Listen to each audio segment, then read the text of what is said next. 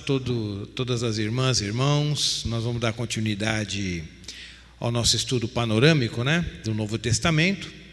Nós já estamos na carta de Paulo aos Filipenses.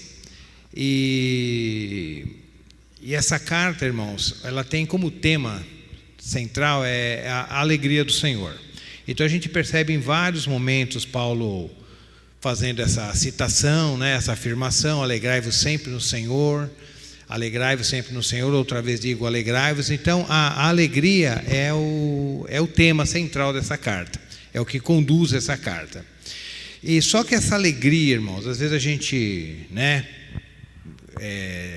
acaba misturando as coisas, né, ou não pegando o sentido correto da palavra. Essa alegria que Paulo fala nessa carta não é uma alegria que é produto do nosso esforço, produto da do nosso sentimento. Não, me aconteceu isso, me aconteceu aquilo, por isso eu estou alegre. Eu estou alegre porque eu fui promovido, porque eu passei na faculdade, eu passei no vestibular. Então não, a alegria, essa alegria aqui é uma alegria que ela independe de circunstâncias. É uma alegria que ela não depende daquilo que está me acontecendo ou deixando de acontecer, porque ela vem diretamente do Senhor e do meu relacionamento com o Senhor. Isso não tem nada a ver também com autoajuda. Às vezes você não está bem e fica se esforçando. Não, eu tenho que me alegrar, porque a alegria do Senhor é minha força. Eu vou ficar declarando isso até que essa alegria tome a minha vida. Não. Essa alegria, ela é um mistério, nós vamos ver um pouquinho mais para frente. E ela vem a nós através da revelação de Cristo Jesus nos nossos corações. Essa carta, irmãos, ela foi escrita mais ou menos em torno de 58 a 61 depois de Cristo. Mais ou menos todas as cartas de Paulo foi escrito mais ou menos nesse período, e essa também aqui não se faz diferente, entre 58 e 61 depois de Cristo. A carta, a gente está falando da carta de Paulo, mas a autoria realmente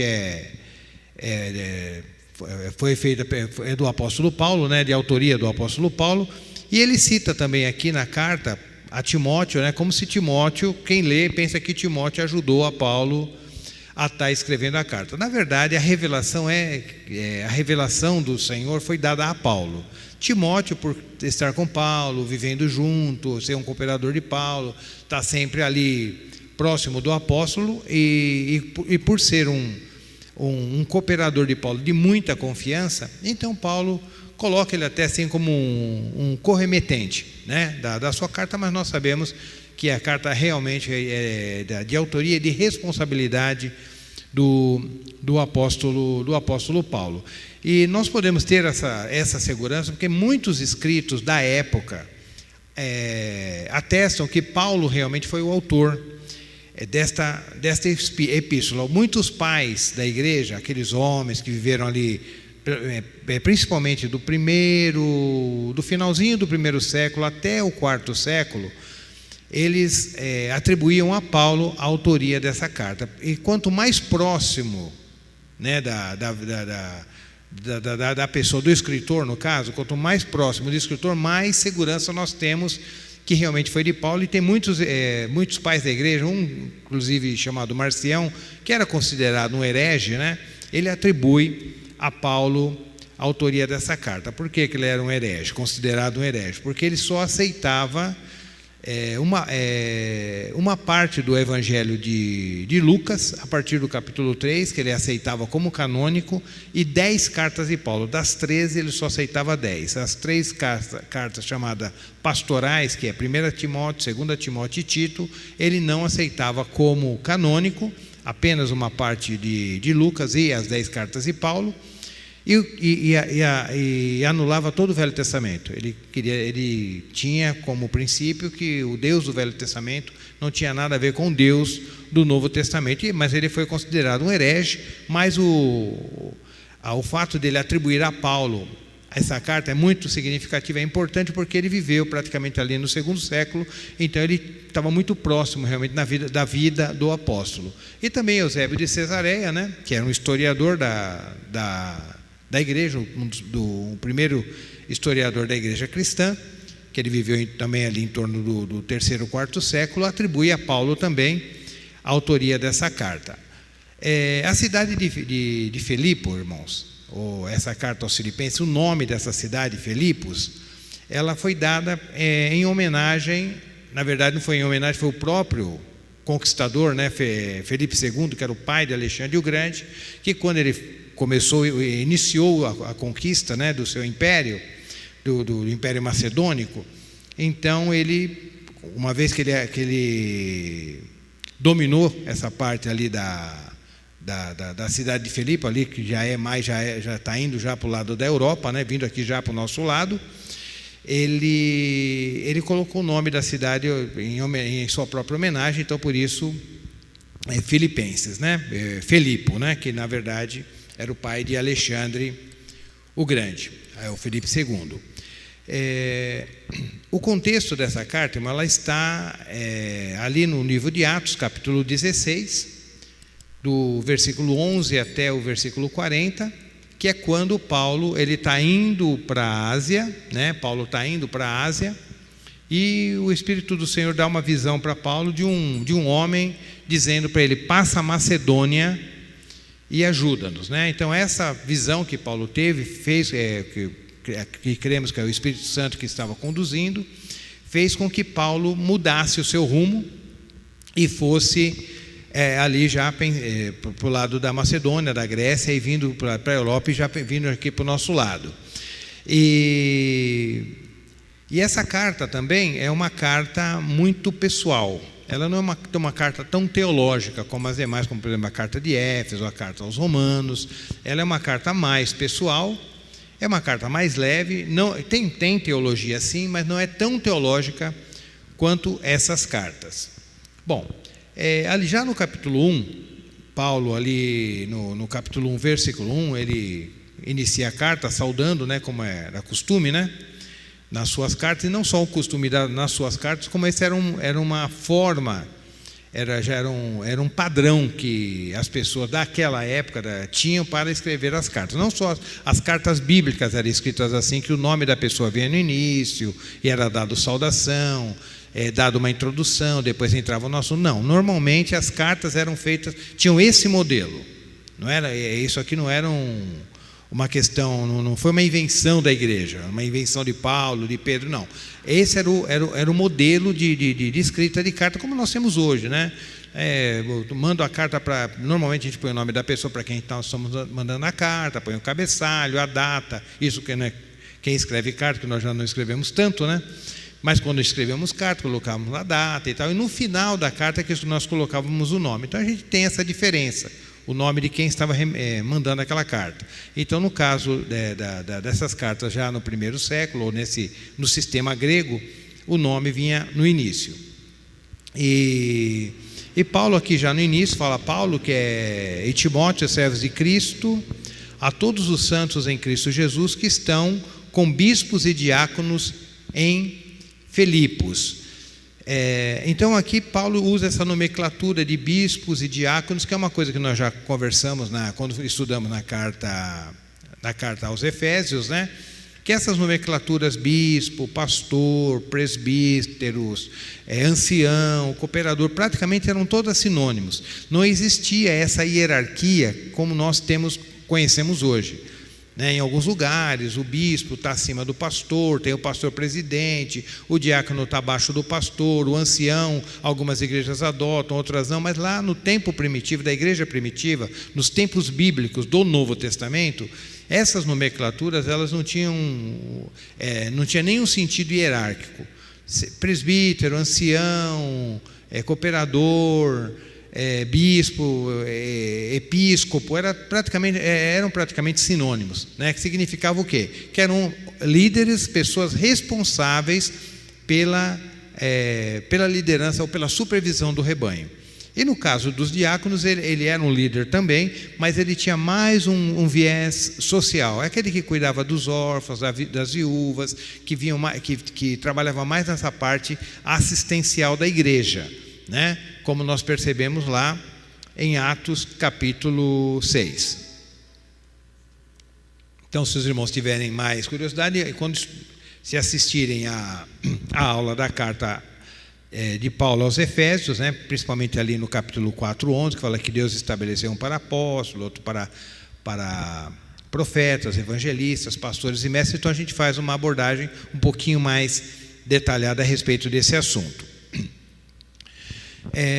Já no versículo 6 do capítulo 1 está escrito assim: eu estou plenamente convicto de que aquele que iniciou a boa obra em vós há de concluí-la até o dia de Jesus Cristo. Então nós percebemos também na carta de Paulo aqui aos Filipenses que ele sempre passa a impressão, a ideia que a vida cristã, ela não é uma coisa estática, irmão. Você se converteu hoje, do jeito que você se converteu, você vai ficar o resto da sua vida, não. A conversão, ela é uma obra definitiva, né, na nossa vida. Ela para alguns é muito marcante, mas a vida cristã, ela é progressiva. Então ela tem um desenvolvimento, e nós podemos perceber isso no versículo 9, que diz assim: suplico em oração que o vosso amor fraternal cresça cada vez mais no pleno conhecimento e em todo entendimento. Então Paulo sempre dá a entender que a vida cristã, ela é um processo, ela é progressiva, ela não é uma coisa estática. E reforçando isso, lá no capítulo 2 da própria carta, no versículo 12, diz assim: sendo assim, meus amados, como sempre obedecesses, não somente na minha presença, porém muito mais agora na minha ausência, colocai em prática a vossa salvação com reverência e temor a Deus. Em algumas traduções, quer dizer, está escrito: desenvolvei a vossa salvação com temor e tremor, né? Aqui na minha versão está com reverência e temor a Deus, mas em algumas versões está que nós devemos desenvolver a nossa salvação, dando sempre a ideia que a vida cristã, ela é progressiva, o nosso andar, ele é progressivo, não é estático. E porque as riquezas de Cristo, como está lá em Efésios 3:8, são insondáveis. Então a gente sempre vai estar aprendendo com o Senhor, prosseguindo em aprender as coisas do Senhor, né? Dentro do contexto desta carta, né? Então nós percebemos que Paulo foi para essa cidade de Filipenses, né? E chegando ali, nós percebemos que ele logo que chegou na cidade, ele teve encontro ali com aquelas mulheres naquele lugar de oração. E por que ele foi? Isso a gente encontra lá em Atos dos Apóstolos. Por que ele foi naquele lugar de oração? Porque normalmente Paulo, quando ele ia para alguma cidade, ele buscava uma sinagoga. Por que a sinagoga? Porque as sinagogas, principalmente nessas regiões, elas tinham tanto judeus como tinham gregos também, né? Como tinham gentios também, que eram pessoas de outras nações. Então ele acabava trabalhando, pregando a mensagem de salvação para os judeus e também, aproveitando a oportunidade, falava também aos gentios, que muitos deles também tinham essa esperança que Deus enviaria o Messias. Por que um gentio frequentava uma sinagoga? Porque muitos deles estavam convertidos ao judaísmo, eram prosélitos. Então eles já estavam acostumados com a linguagem, que Deus iria mandar um Messias, que Deus iria restaurar o seu povo. Então eles tinham essa expectativa no coração. Então Paulo, ele já encontrava na sinagoga um ambiente mais fértil para a pregação da palavra. Só que nessa cidade de Filipe não tinha sinagoga, não tinha uma sinagoga, mas tinha um local de oração, porque para ter uma sinagoga precisaria de ter 10 homens adultos, ou 10 famílias, né? E nessas famílias, cada uma contando que tinham 10 cabeças, que eram 10 homens, para que pudesse se estabelecer uma sinagoga. Provavelmente na cidade de Filipe, ou por negligência, ou porque não tivesse mesmo o número mínimo de pessoas, de homens, né? Para que pudesse estar estabelecendo uma sinagoga nessa cidade. Mas mesmo assim as mulheres se reuniam no lugar de oração e Paulo ficou com elas ali. Lá no versículo 15 do capítulo 1, irmãos, Paulo fala assim, que é um texto também que a gente precisa tomar muito cuidado para a gente não ter uma interpretação equivocada. É verdade, contudo, que alguns proclamam a Cristo por inveja. Eu estou lendo Filipenses capítulo 1, versículo 15 e 16. É verdade, contudo, que alguns proclamam a Cristo por inveja e rivalidade, porém outros fazem com boas intenções. Esses fazem por amor.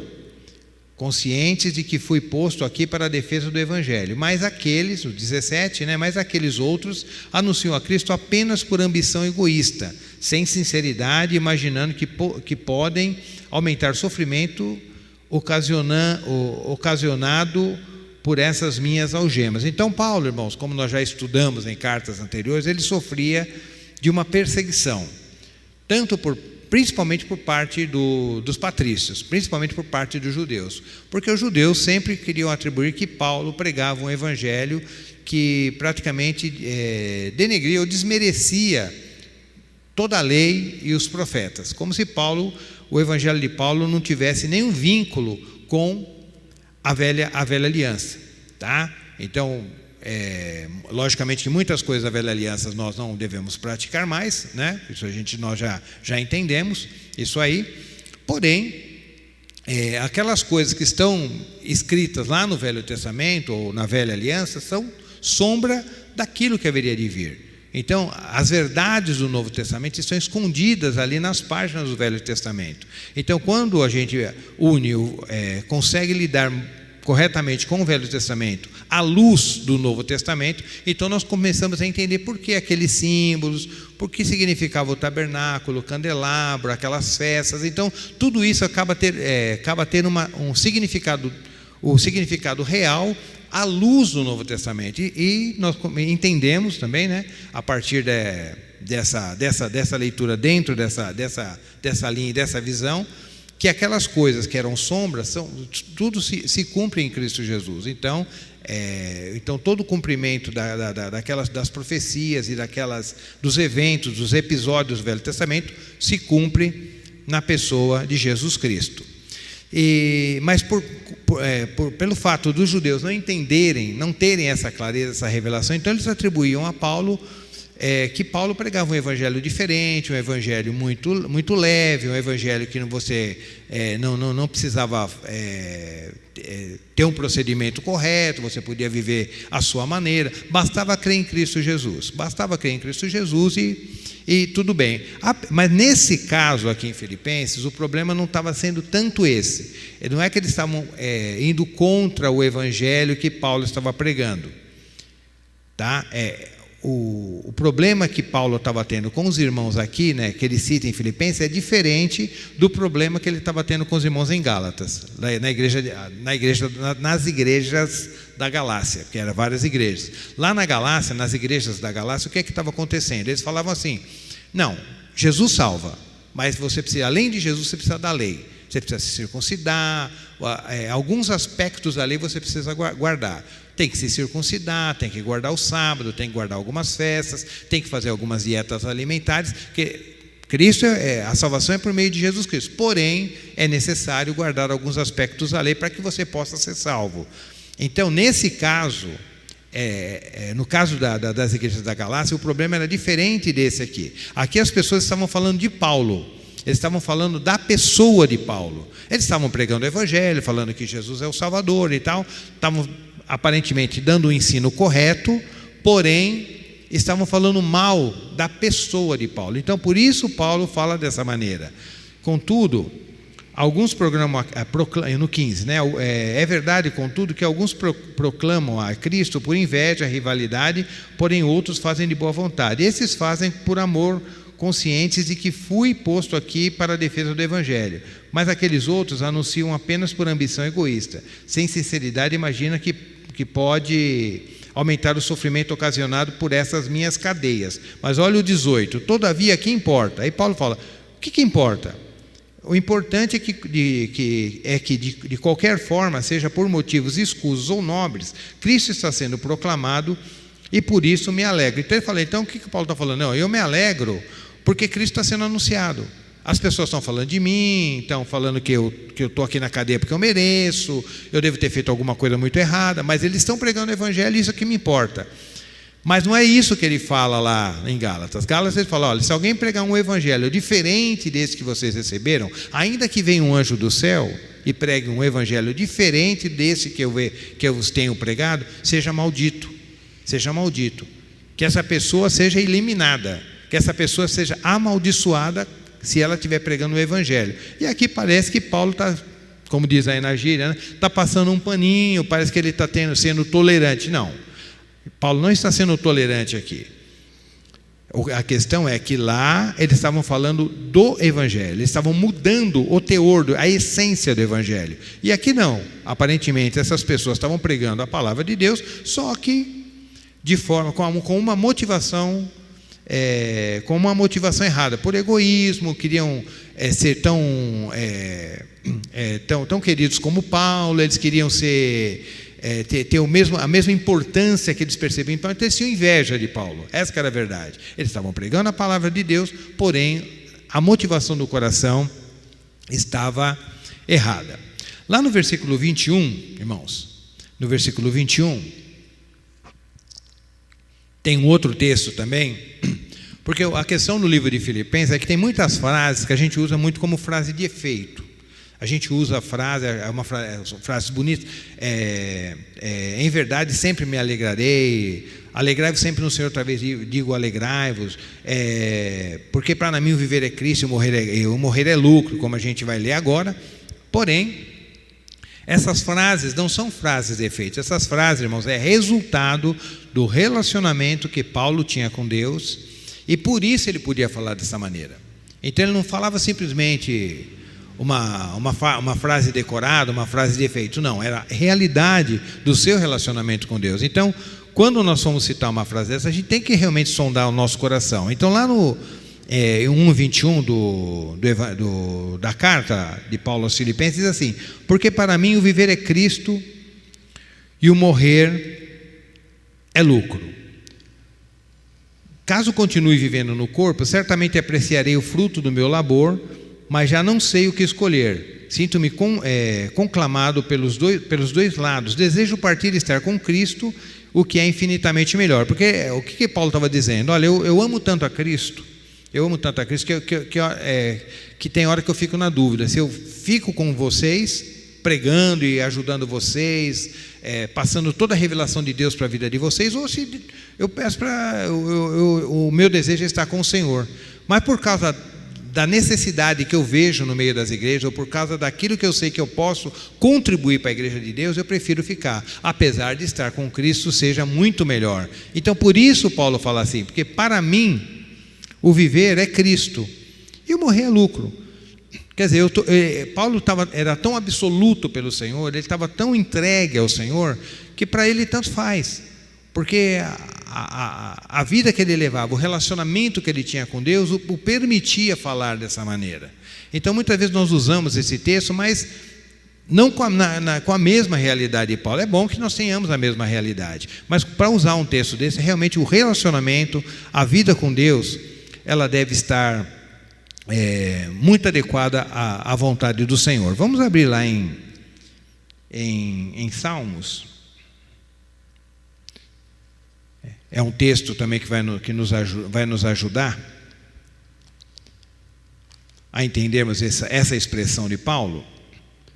Lá em Salmos capítulo 73, Salmos 73, versículo 25, diz assim: a quem tenho nos céus, o salmista falando a Deus, né? Ele faz essa pergunta retórica, né? A quem tenho nos céus, senão a ti, e na terra nada mais desejo além de estar junto a ti. Então ele fala, algumas versões falam: quem tenho eu no céu, Senhor, senão a ti, e na terra algo que eu ame mais do que a ti. Então o salmista podia falar isso, e Paulo está praticamente falando a mesma coisa. Para mim o viver é Cristo e o morrer é lucro. Quer dizer, eu amo tanto a Deus, Deus é tão absoluto na minha vida, Ele é tão pleno, eu sou tão pleno do Senhor, que não tem nada nessa vida que me atraia mais do que o Senhor. Então muitas vezes a gente usa também esses textos, mas a gente precisa pensar no que a gente está falando, porque a quem tenho eu no céu, lá no céu não tem problema, não vai ter ninguém lá no céu que a gente ame mais do que o Senhor. Não vai ter nenhum anjo. Uma vez que você esteja no céu, não tem nada que vai concorrer com Deus no céu. Mas aqui na terra, irmão, a gente sabe que tem muita coisa que concorre. Então são textos para que a gente possa avaliar o nosso coração. Lá no céu, tranquilo, a gente sabe, não tem nada no céu que a gente vai amar mais do que a Deus. Mas aqui na terra, irmão, tem muita coisa que compete com Deus no nosso coração. Por isso que a Bíblia fala que uma daquelas sementes caindo no coração, né? Caindo no coração, ela foi sufocada. Por quê? Foi sufocada pelo quê? Pelas provações, pelos desejos dessa vida, pela fascinação das riquezas, pelos muitos deleites. Então essas coisas começaram a concorrer com a palavra de Deus e acabou sufocando essa palavra. Por quê? Porque são coisas aqui da terra. Então as coisas aqui da terra, elas têm muito poder, muita força para nos desviar da vontade do nosso Senhor. E lá no versículo 27 de Filipenses, em 27 de Filipenses, ele fala sobre: portai-vos como cidadãos dignos do Evangelho de Cristo, para que dessa forma, quer eu vá e vos veja, quer tão somente ouça a vosso respeito em minha ausência, tenha eu conhecimento de que permaneceis firmes num só espírito, combatendo unânimes em prol da fé evangélica. Então aqui Paulo volta naquela questão do procedimento. Paulo ele era muito atencioso, ele sempre chamava a atenção dos irmãos, puxava o coração dos irmãos, não só para uma vida de um relacionamento vertical, não, meu relacionamento com Deus, eu amo a Deus, não, mas sempre também chamava para um procedimento horizontal. Você realmente é de Deus, você tem uma vida com Deus, então essa vida tem que ser expressa através das suas atitudes, através das suas relações, através da sua maneira de viver. Indo já para o capítulo 2, irmãos, no capítulo 2, a partir do versículo 11,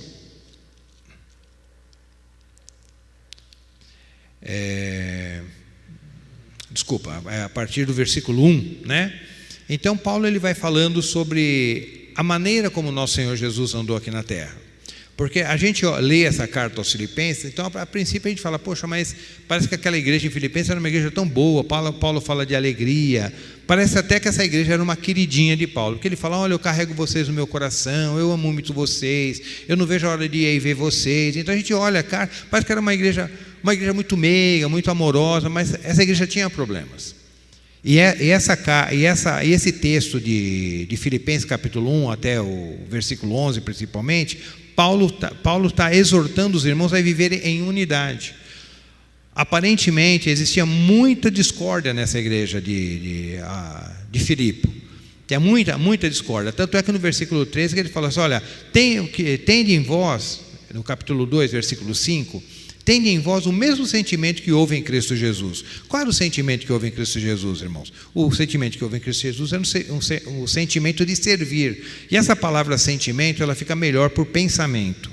Tende em vós não, ao invés de a gente usar a palavra sentimento, em algumas traduções usa a palavra pensar. Tende em vós o mesmo pensar que houve em Cristo Jesus. A mesma maneira como Jesus pensava é a maneira que vocês têm que pensar.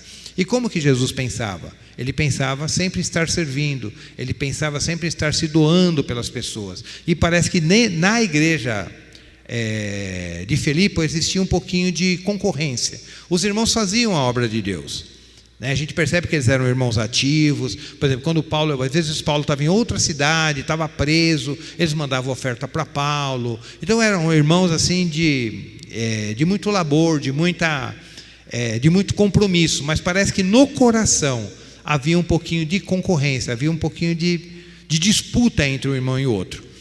Então Paulo fala: tende em vós o mesmo sentimento que houve também em Cristo Jesus, o qual, tendo plenamente a natureza de Deus, não reivindicou ser igual a Deus, mas pelo contrário esvaziou-se a si mesmo, assumindo plenamente a forma de servo, tornando-se semelhante aos seres humanos. Assim, na forma de homem, humilhou-se a si mesmo, entregando-se à obediência até a morte e morte de cruz. Então, ele dá um testemunho a respeito do Senhor, de como o Senhor andou aqui como homem. Entendeu, irmãos? Então, a gente tem que ter isto muito claro. Jesus é Deus, sempre foi Deus, nunca deixou de ser Deus. que no princípio era o Verbo, e o Verbo estava com Deus, e o Verbo era Deus. Aí o Verbo encarnou, ele tomou a forma humana, mas quando tomou a forma humana, ele não deixou de ser Deus.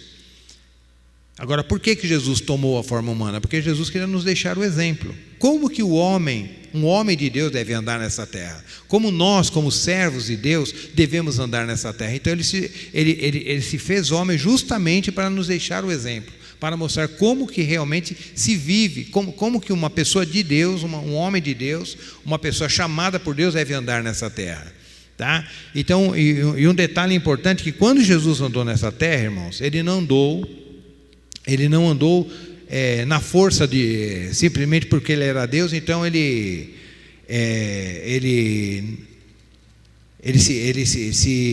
se fiou nessa questão de ser Deus e andou aqui na terra, apesar de estar no corpo físico, no corpo humano, andando como Deus. Não, irmãos, ele andou aqui, ele era Deus, sempre foi Deus, mas andou como homem, mas ele andou na força e no poder do Espírito Santo. Isso é muito importante a gente entender. Entendeu, irmãos? Isso é muito importante a gente entender. Se a gente for lá em Lucas capítulo 4, isso vai ficar bem mais claro. Lucas capítulo 4, quando Jesus foi tentado lá no deserto, ele não foi tentado no deserto como Deus, porque como Deus ele nunca ia cair. Ele foi tentado como homem, porque ele era 100% Deus e 100% homem. E ali no deserto ele estava não deixou de ser Deus, mas estava sendo tentado na sua natureza humana. No capítulo 4 de Lucas, no versículo 1, diz assim: pleno do Espírito Santo, retornou Jesus do Jordão e foi conduzido pelo Espírito Santo ao deserto. Então Jesus, vivendo aqui nessa terra, ele sempre, irmãos, foi conduzido pelo Espírito Santo, ele sempre andou no Espírito. Então é muita presunção da nossa parte, queremos andar como filhos de Deus nessa terra, sem estarmos contando com a ajuda e o poder do Espírito Santo na nossa vida. Então nós temos que entender claramente que para que nós possamos ter uma vida vitoriosa nessa terra, possamos passar pelas tribulações, pelas provações, por todas as circunstâncias que nos é permitida, que nos é permitido passar nessa terra, nós só vamos conseguir vencer se nós formos cheios do Espírito Santo, estivermos andando na força e no poder do Espírito Santo. E Jesus também nos deixou esse exemplo. E lá em Filipenses, então, quando Paulo está falando com os irmãos dos Filipenses, ele mostra como que Jesus andou aqui. Andou como homem, um homem de Deus, cheio do Espírito Santo, com coração para servir a toda a humanidade. Ele se colocou aqui como servo, lavou o pé dos apóstolos. E então ele não veio aqui para mostrar que ele estava acima dos homens, muito pelo contrário, ele veio aqui para mostrar que ele estava abaixo de todos os homens. Ele se colocou na posição mais humilde que um homem podia se colocar, a ponto de ser levado até a cruz, sofrer todo aquele martírio, para que pudesse nos dar a salvação, e tudo isso como homem, apesar de por nenhum momento ele ter deixado de ser Deus.